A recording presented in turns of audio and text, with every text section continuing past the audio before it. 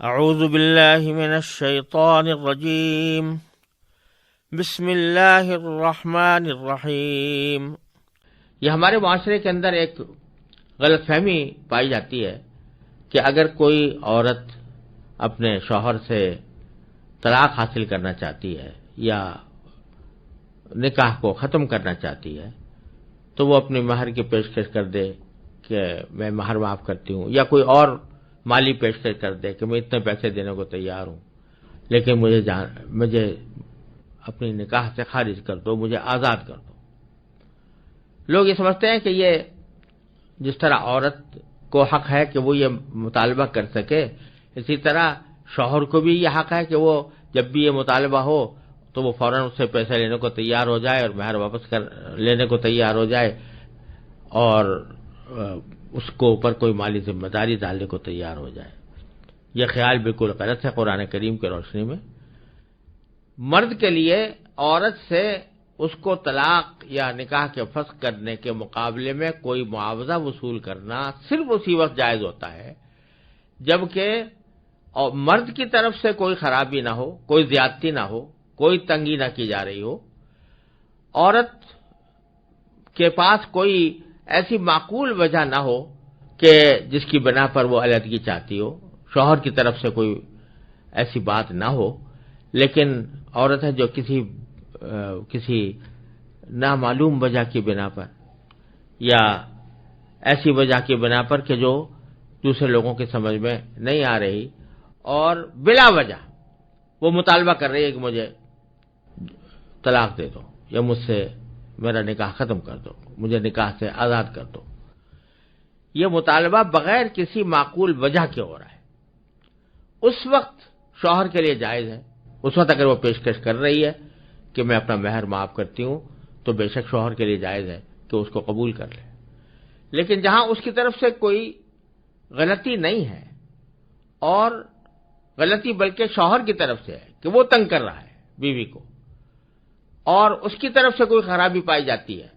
جس کی وجہ سے بیوی مجبور ہو رہی ہے کہ اس سے آزادی حاصل کرے، اس صورت میں چاہے وہ پیشکش بھی کر رہی ہو، عورت پیشکش بھی کر رہی ہو، چاہے خوش دلی سے کر رہی ہو، تب بھی شوہر کے لیے جائز نہیں ہے کہ وہ کوئی مہر واپس لے، کیونکہ غلطی بیوی کی نہیں ہے، خود اس کی ہے۔ تو اللہ تبارک و تعالی یہاں اس آیت کریمہ میں فرما رہے ہیں کہ وَلَا تَعْضُلُوهُنَّ، تم ان کو مقید نہ رکھو۔ عضل کے معنی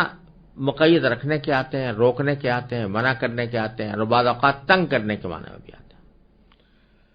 تو دونوں معنی یہاں پر موجود ہو سکتے ہیں، ان کو تنگ نہ کرو، ان کو مقید نہ رکھو، اور مقید رکھنے کی وجہ کیا ہو کہ لِتَذْهَبُوا بِبَعْضِ مَا آتَيْتُمُوهُنَّ، کہ تم لے اڑو اس مال کا کچھ حصہ جو تم نے ان کو دیا ہے، مہر کے طور پر جو دیا ہے، یا شادی کی بیاہ کے موقع پر جو تحفے دیے جاتے ہیں تو وہ دیے ہیں، ان کو واپس لینے کی خاطر تم اس کو تنگ کر رہے ہو تاکہ وہ خود اس کی پیشکش کر کے تم سے رہائی حاصل کر لے، یہ تمہارے لیے ہرگز جائز نہیں۔ البتہ ایک استثناء اللہ تعالی نے فرمایا الا ان یاتین بفاحشۃ مبینہ،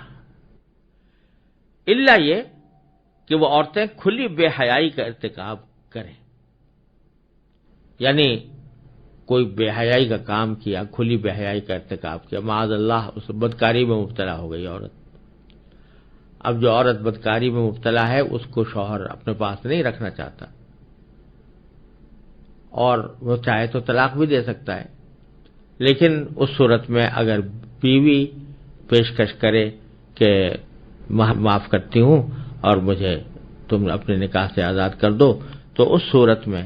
مہر واپس لے سکتے۔ یا بے حیائی کی تفسیر میں بعض حضرات نے یہ بھی داخل کیا ہے کہ وہ بہت بدزبان ہو، بدزبانی کرتی ہو، تو اس صورت میں بھی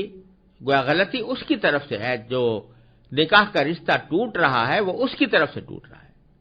اس کی کسی غلطی کی بنا پر ٹوٹ رہا ہے۔ اس وجہ سے اگر وہ کوئی پیشکش کرتی ہے تو شوہر کے لیے وہ لینے کی گنجائش ہے۔ الا ان یاتین بفاحشۃ مبینہ کا یہی مطلب ہے۔ پھر آگے اللہ تبارک و تعالی نے ایک بڑا ہی عام اور جامع حکم دے دیا کہ وعاشروہن بالمعروف، اور ان خواتین کے ساتھ بھلے انداز میں زندگی بسر کرو، ان کے ساتھ تمہارا رویہ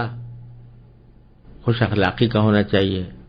تمہارا رویہ محبت کا ہونا چاہیے، تمہارا رویہ ایسا ہونا چاہیے کہ جو خوشگوار ازدواجی زندگی کا باعث بن سکے۔ اور اس آیت کریمہ نے جو اجمالی طور پر جامعیت کے ساتھ جو حکم دیا ہے، اس کی کچھ تفصیلات نبی کریم سرورت عالم صلی اللہ علیہ وسلم نے احادیث میں بیان فرمائی ہے۔ یہاں تک کہ خطبہ حجۃ الوداع کے اندر بھی نبی کریم صلی اللہ علیہ وسلم نے مردوں کو متنبہ فرمایا کہ وہ اپنی خواتین کا خاص خیال رکھیں اور اپنی بیویوں کے ساتھ حسن سلوک کریں، اور یہ بھی فرمایا کہ خیرکم خیرکم لأہلہ وانا خیرکم لأہلی، او کما قال صلی اللہ علیہ وسلم، تم میں سے بہترین لوگ وہ ہیں جو اپنی بیویوں کے حق میں بہتر ہوں، یعنی ان کے ساتھ اچھی طرح پیش آنے والے ہوں، وہ سب سے بہتر ہے۔ وانا خیرکم لأہلی، اور میں اپنے گھر والوں کے ساتھ اچھا برتاؤ کرنے والا، تم میں سب سے زیادہ اچھا برتاؤ کرنے والا ہوں۔ اور یہ بھی فرمایا کہ استوصوا بالنساء خیرا، عورتوں کے بارے میں میری بھلائی کی وصیت قبول کر لو، یعنی میں نصیحت کرتا ہوں کہ ان کے ساتھ بھلائی کا معاملہ کرو۔ اور نبی کریم صلی اللہ علیہ وسلم نے یہ بھی فرمایا کہ بیوی کے ساتھ حسن سلوک کرنا یہ بھی ایک صدقہ کے حکم میں ہے، یعنی ثواب ہے۔ حدیث کے الفاظ یہ ہیں کہ تم اگر کوئی لقمہ اپنے بیوی کے منہ میں لے جاتے ہو، منہ کی طرف لے جاتے ہو، تو وہ بھی تمہارے لیے صدقے کا ثواب رکھتا ہے۔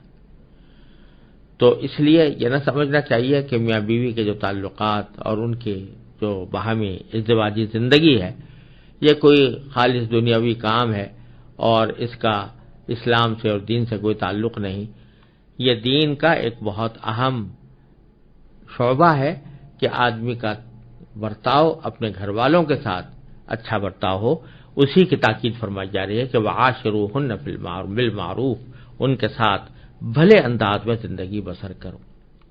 اب ایک عجیب نقطہ نبی اللہ تبارک و تعالی نے یہاں پر یہ بیان فرمایا کہ بعض اوقات عورتوں کے ساتھ حسن سلوک اور حسن اخلاق کا برتاؤ کرنے میں ایک چیز رکاوٹ یہ بنتی ہے کہ کسی وجہ سے نکاح تو کر لیا ہے کسی عورت سے، لیکن نکاح کے بعد دل اس سے نہیں مل رہا، پسند نہیں آ رہی۔ ماں باپ نے کر دی تھی، شادی کر دی تھی، کر لی اس وقت، لیکن اب اس کی شکل و صورت اچھی نہیں لگ رہی، یا اس کی بعض ادائیں، بعض اس کے طرز عمل اپنے آپ کو بھا نہیں رہے، تو چونکہ پسند نہیں آ رہی تو اس واسطے اس کے ساتھ زیادہ ربط ضبط بھی نہیں ہے، اس کے ساتھ حسن سلوک کا برتاؤ بھی نہیں ہے، اور ایسی زندگی گزر رہی ہے کہ جس میں جو میاں بیوی کے درمیان محبت کا اور پیار کا جو تعلق ہونا چاہیے وہ اس درجے کا نہیں ہے، وہ اس لیے ہے کہ پسند نہیں ہے۔ تو اللہ تبارک و تعالی نے ایک اصول تو یہاں پر یہ بیان فرما دیا کہ ٹھیک ہے، اگر تمہیں اس کی کوئی بات پسند نہیں آ رہی تو یہ تمہاری اپنی سوچ ہے، لیکن بسا اوقات ایسا بھی ہوتا ہے کہ ایک چیز کو تم ناپسند کرتے ہو لیکن اللہ تبارک و تعالی نے